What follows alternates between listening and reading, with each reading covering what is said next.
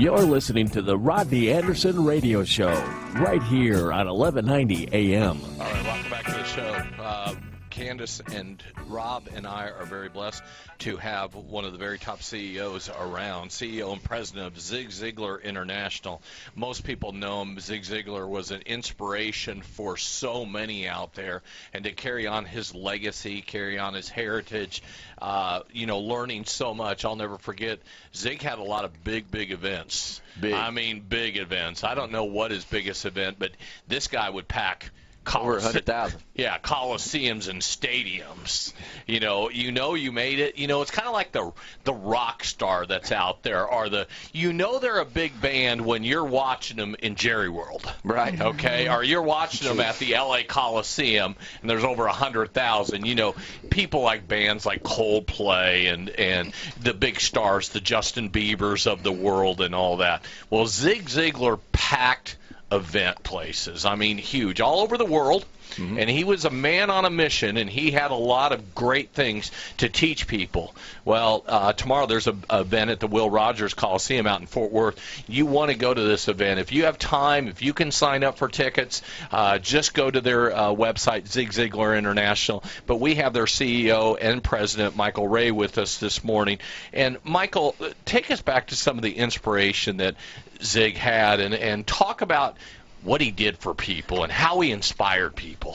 You know what? It's crazy you say that. He did pack the house, but he impacted over 250 million people worldwide in his lifetime. Worldwide. Yeah, leaders, political leaders, you hear it. Business leaders, congressmen, presidents of companies, huge leaders, and we've gone all over the world now talking about his message. And those people tell you their little Ziglar story about how I was down, I was out. And that's what Mr. Ziglar did. When he got in front of the stage, you see this really nice dressed guy, and you're just like, I can never be him. He has the right friends. He's rich. He had all the really good people he hung out with. He also had stories. But then when he started talking about his story, about how he had to give his car back and lost his house, and there, you start sitting up in your seat going, hey, that happened to me. Yeah. Mm-hmm. And that's what happened to me when I was 20 years old. The reason I'm standing here today is because of his foundational quote was, you can have everything in life you want if you'll just help enough other people get what they want. Yeah, and it is awesome in what he's done, building everything. Michael Ray, it's the holidays. People have worked hard all year long. In our industry, they've worked very hard. What's wrong with clearing your head and taking my foot off the proverbial gas? Sorry, I can't say that right now. What's wrong with that? Well, there's nothing wrong with that to reset. We've got to will, skill, and refill. Those are things that a lot of times Mr. Ziglar taught.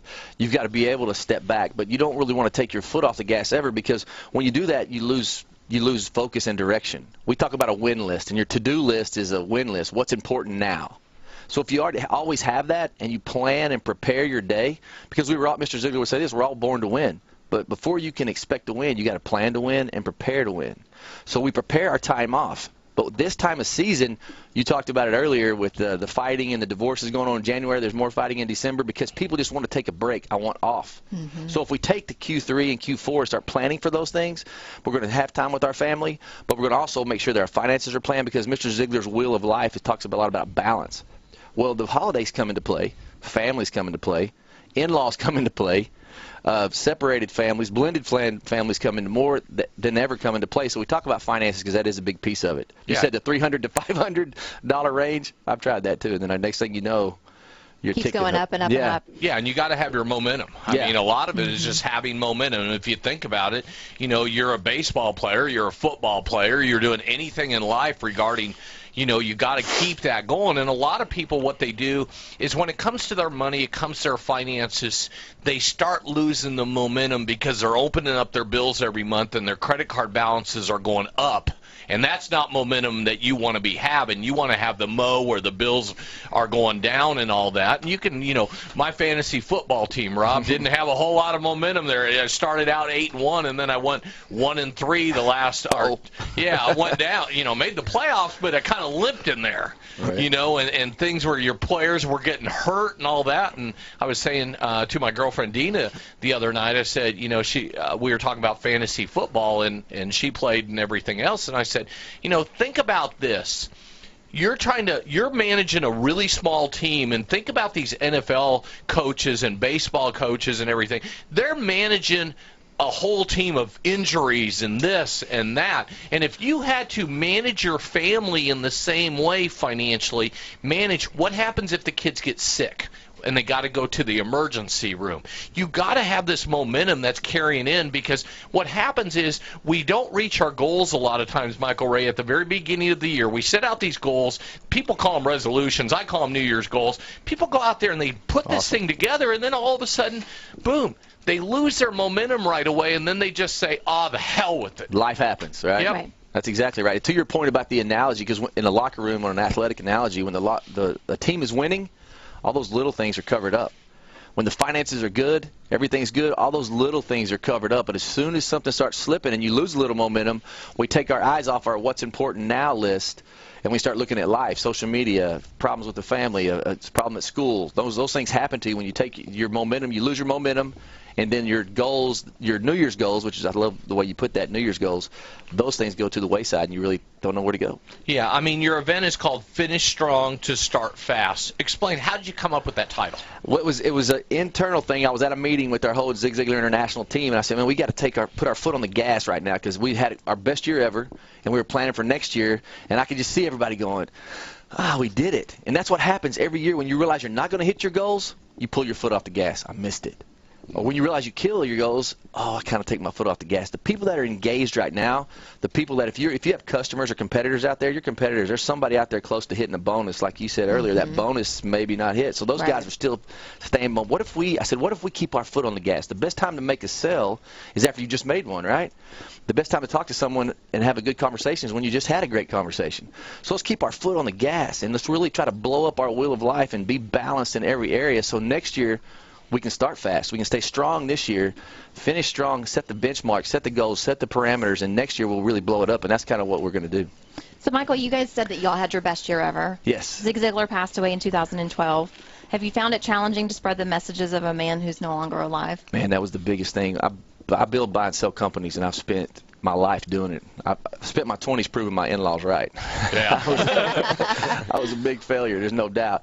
But we figured it out, and when I figured out the methodology, it's the same across anything I do.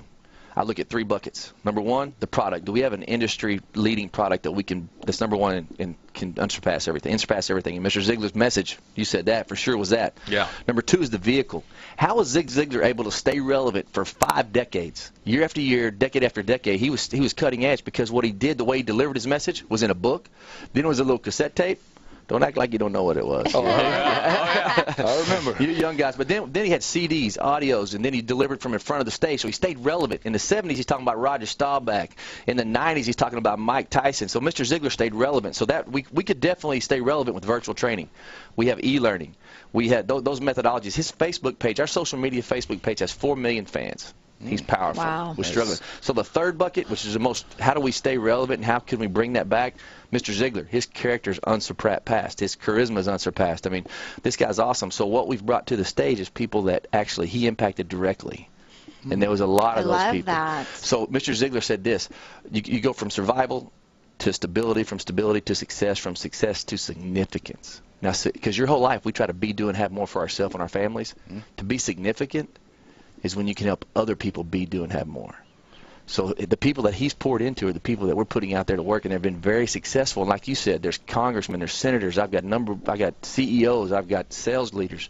So it's been really powerful, and that's the exciting message that we have coming up at our Finish Strong to Start Fast event. Yeah, talk about the event a little bit tomorrow. What can people expect? Oh man, tomorrow we have myself, Tom Ziglar, son of Zig Ziglar, of course. He's going to be on stage with us talking about the wheel of life and the 7 steps to having a balanced life. Because balance now, we say balance just come in one day, 24 hours. You sleep 8 hours, right? Then you go to work for 9 hours. Then you have dinner with the family and you sit in front of the TV. That doesn't happen anymore. Balance comes in seasons now.